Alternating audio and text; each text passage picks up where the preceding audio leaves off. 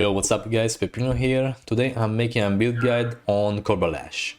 Aren't you tired of playing the same old bow builds over and over again? Well, I have news for you. Cobra Lash has the same playstyle, but with a little twist. Well, it doesn't use bow. Instead uses dagger or claws. And what can this build do actually?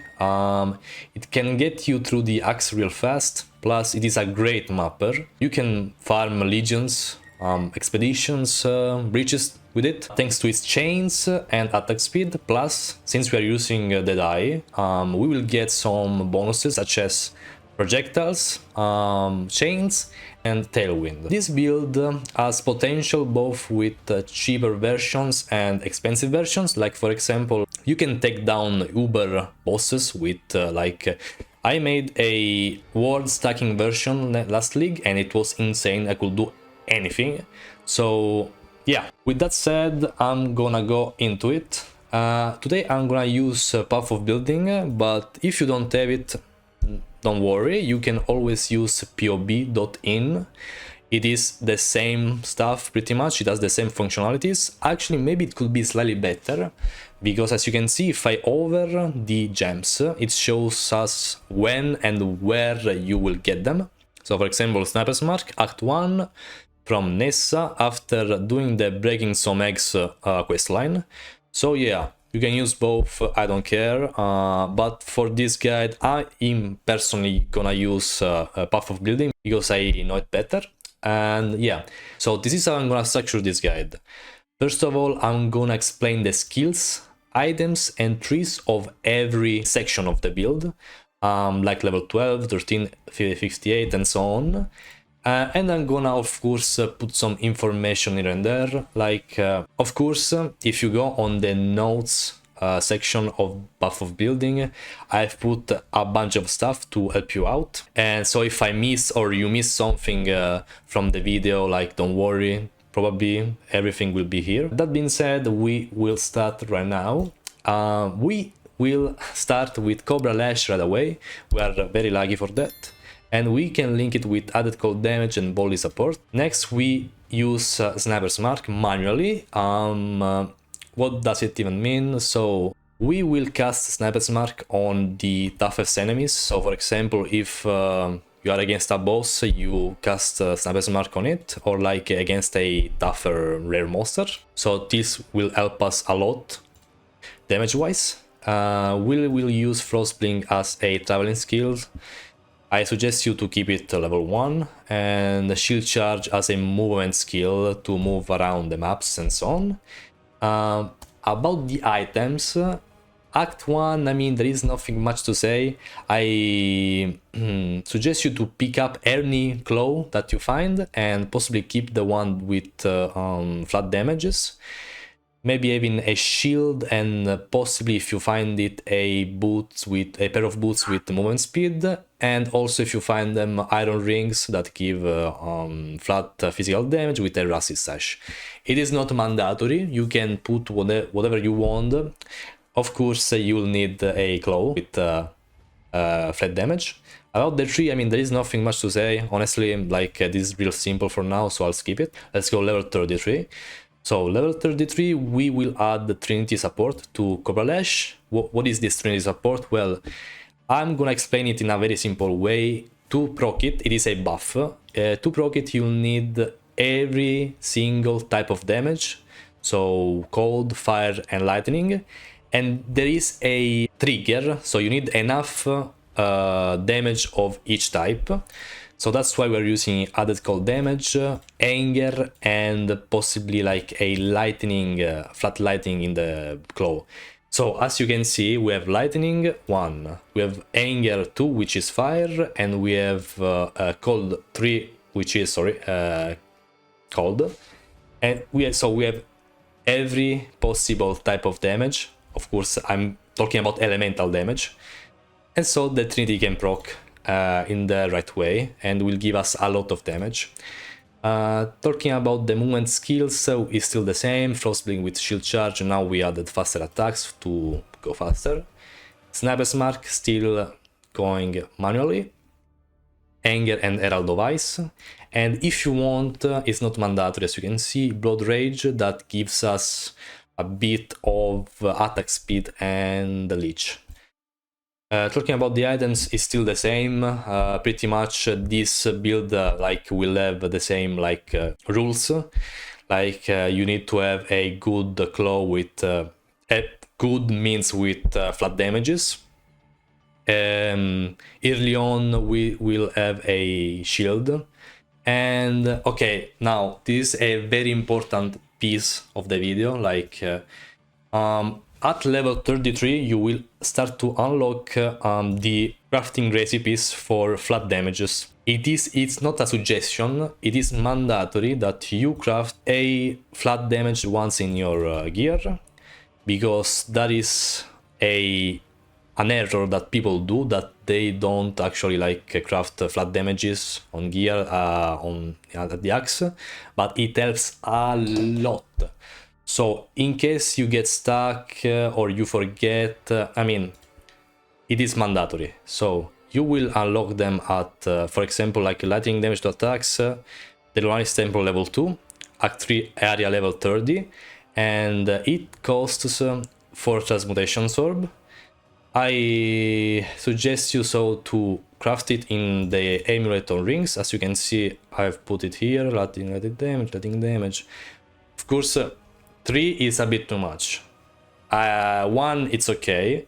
2, better, but you see where I'm going. So yeah, you'll need those flat damages. Now the 3. So for the 3, I'll need to explain something. Early on, we will use Precise Technique. What does it do? So it gives us 40% more damage to attacks when the accuracy is higher than the maximum life. So when we have this keystone activated, we must have our accuracy higher than the maximum life. That is also why we are using those nodes for accuracy right now. Another thing I want to say about this tree is these nodes, as you can see. Probably you're asking yourself, why the hell are we using fire damage over time nodes? Well, we are not using this for that mode, but for the mastery. Mostly for that gives us increased damage with hits against ignited enemies, and we get the chance to ignite from those small nodes. Alright, we can go further. So, level 58, we started to unlock the points from the ascendancies. Now we have 2, and we link Cobra Lash with Trinity, added cold damage, volley, and elemental damage with attacks now. Well, now, if you don't have a 5 link up at this point, you could technically remove elemental damage with attacks if you have enough damage. If you don't, I suggest you to remove volley, because you'll need damage at this point. Maybe we sacrifice a bit of clearing speed, but it's okay. Now at level 58 we will automize Sniper's Mark, now with Mark on it, with Life Tap. We use Life Tap because our mana pool is getting a bit small, so Life Tap is mandatory here. Shield Charge with faster attack or Whirling Blades. So why am I saying or Whirling Blades? Well, if you have too close, you use Whirling Blades. If for example, you just find a good claw during the campaign or up at this point, you can use a shield. And if you have a shield, I suggest you using a shield charge instead. For the auras, we use Anger, Herald of Ice, or Precision. I will remind you again that we are using Trinity, so we must have all 3 elemental damage types in the build. So right now we have, I don't know, in this claws, fire, cold, and lightning, so the claws give us everything, but this is just an example. You could have anything, you could have cold and lightning, and then you'd need to add anger from another source. For example, you could add it as a crafted mod in the rings or the amulet, you could add it from anger, whatever, but as long as you understand this concept, you are good to go for Trinity. And now looking at the tree, we went up and took those nodes for close damage and attack speed with close. And talking about dual wielding claws, this is a very good mastery. it gives us double the attack speed granted by wielding 2 claws. So that's very good. Okay, we can go on starting maps. In this case will be a bit higher, but it's okay. Now, about the skills, we will still have a 5 link. I will add another just in case. Added cold damage. So if you have a 6 link up at this point at level 79, you could use added cold damage. So those are the supports. We will now use inspiration. Inspiration grants us less mana cost of skills, elemental damage, and crit chance, even though we are not using it yet, since precise technique makes us never deal critical strikes. I think I forgot to mention that. We have Snapp's mark on it. Nothing changes. Nothing changed here either, and here either. So about the equipment, same as before, you must need a good claw with flat damage, rings with possibly crafted flat damage, and about the rest, it's on the notes. So in case I forgot saying anything, it's on the notes how you should pick up your stuff or setting up your stuff. For the body armor, random. You just need the resistances to cap them, or like life, or maybe dexterity. Those stuff you need to set them up yourself, because of course, I mean, you won't have the same equipment that I have. Now we are at a crossroad. We could swap to dagger or claw, and I'm gonna explain why I put those two variants and not just one. So, I mean, it's pretty simple. The dagger is cheaper, the claw is slightly more expensive. That's it. I mean, they are both good, but of course, after this upgrade, you need to go claw either way. So if you go dagger, then you need to claw again. It's your decision. If you feel like dagger for you is better because it's cheaper, go ahead. It's okay.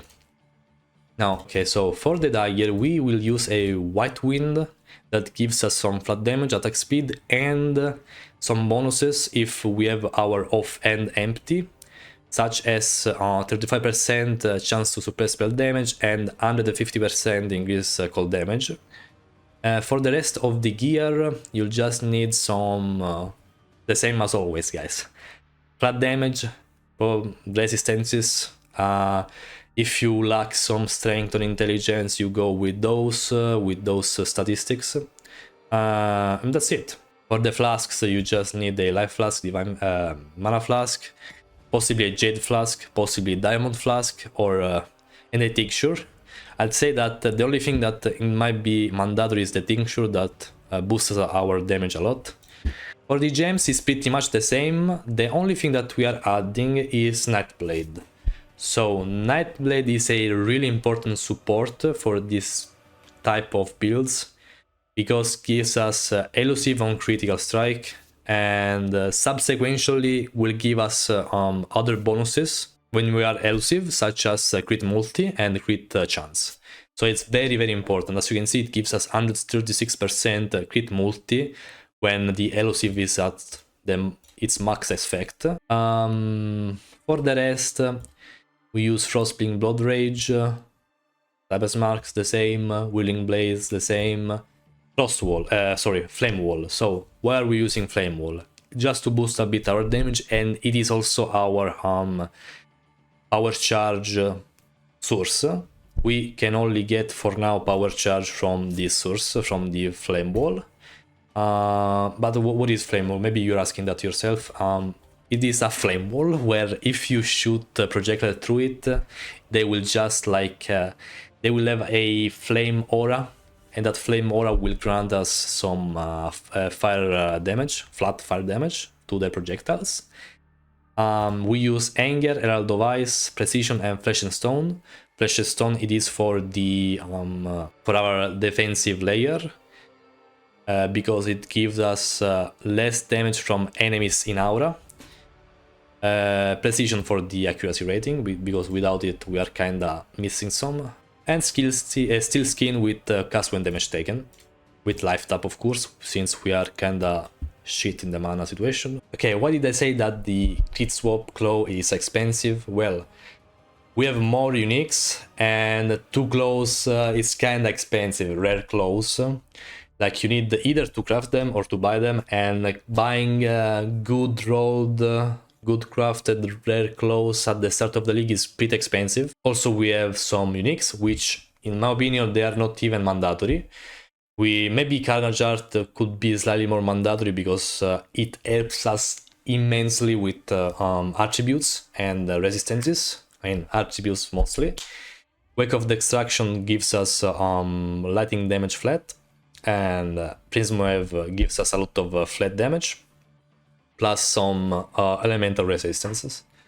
For the rest, still the same. We need to fix our strength, we get strength. If we need resistances, we get resistances, and so on.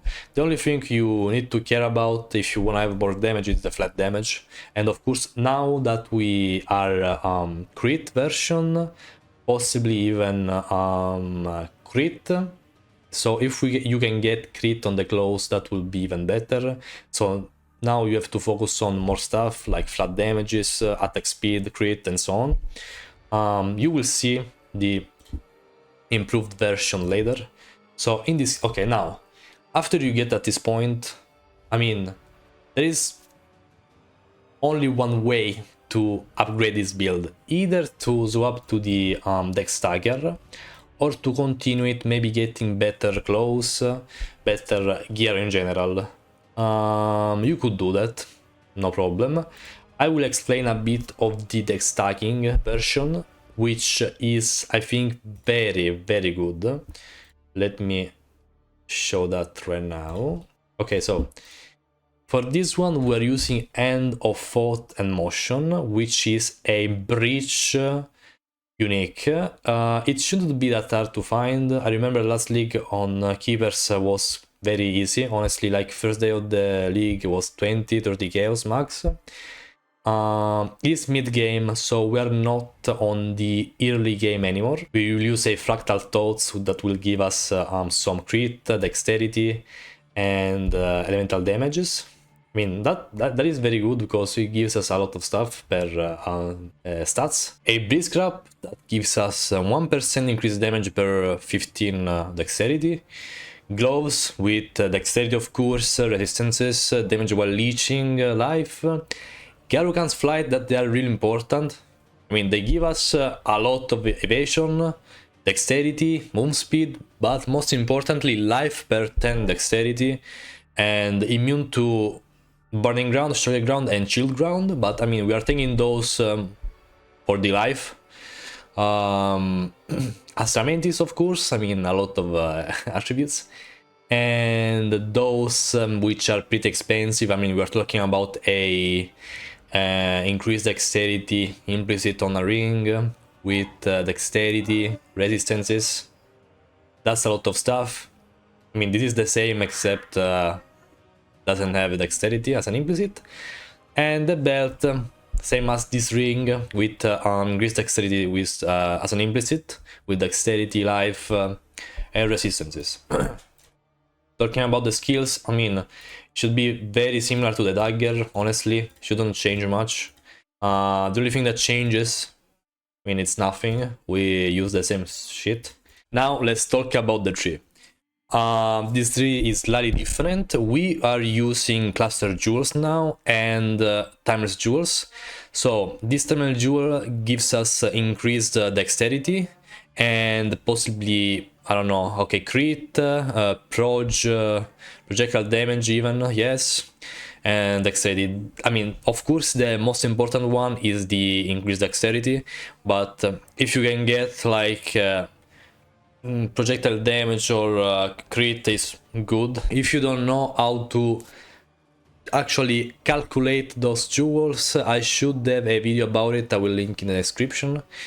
And we use those clusters. So we use a large cluster with wind up, Fuel the Fight and Martial Prowess. Wind Up is now our source of power charges, and the other one is with Fan of Blades. This is very expensive. I mean, usually even 10 divines, because it gives us one more projectile, which is very good. And now we need to talk about the medium clusters. So medium clusters are important almost just because of follow through. So this passive grants us 15% increased projectile per, for each remaining chain. Cobra Lash has a lot of chains, so 5 chain in the skill itself, 1 chain in the ascendancy, and we will probably get more chains later on as a gem with awakened chain, or now that this build is removing awakened gems, probably it's gonna be like exceptional or greater chain or something like that. It's gonna stay the same pretty much. And the repeater, the other mod is repeater, that gives us projectile damage and attack speed. All right, I don't think there is much more to say here. All right, we can go ahead and go to the end game Dex Tiger. At this point there is not much to say. Those are really end game stuff. Like we are talking about a Danter. This body armor with the fracture attack speed per 25 dexterity. This is like 150 divines. I wanted to put those last variants just because maybe some people will need to have a goal in their mind. So now maybe some people will say, okay, I need to farm for this chest, I need to farm for the Danter, I need to farm for the rings, or whatever the fuck, and that's why I put them. I know that many people won't be able to reach this point of the build. LPS, it's still uber end game, so I won't focus on this one that much. You just need to understand that it's uber end game. We are talking about the awakening gems, corrupted stuff, so it is pretty much this one, but the upgraded version. And now for the last, it's my favorite variant, and it's the ward stacking version. I played it last league and it was insane, but probably is the most expensive one too, because we're playing with Svalin. Even though we could even omit it, it's not really that much mandatory, but it's the one that gives us the block chance. Like, we are almost 90% block chance with it. So how does this work? I'm gonna fly through it real fast. So it stacks ward, and then this ward will be converted to chaos damage thanks to the Night Grip. That gives us 10%, gain added chaos damage equal to 10% of ward, which is a lot. Imagine 15k ward equal to 1.5k chaos, flat chaos damage. Plus there is other stuff like, we get all this ward also thanks to Yinda stand. That gives us ward per armor and evasion, the body armor. As you can see, gain ward instead of 60% of armor and evasion from equipped body armor. So we need to have a body armor with a shit ton of armor and evasion. And yeah, that's the build. I know I flew very fast through it, but I don't want to spend that much time on this. Oh, my mouse is banging out, what the hell. And it is a normal Svalin build with Dembel's shield, Purity of Elements. So yeah, I'll say that I don't wanna focus on this too much. And that's it, I think. I can't remember anything else. Alright. Now, I will for sure expand this section a bit more to add more informations that probably will be useful to someone. And if you have any question at all about the build, you can either comment in the video itself, or you'll find me in my Twitch channel streaming the day of the launch of the league, so you can ask questions there too. Well,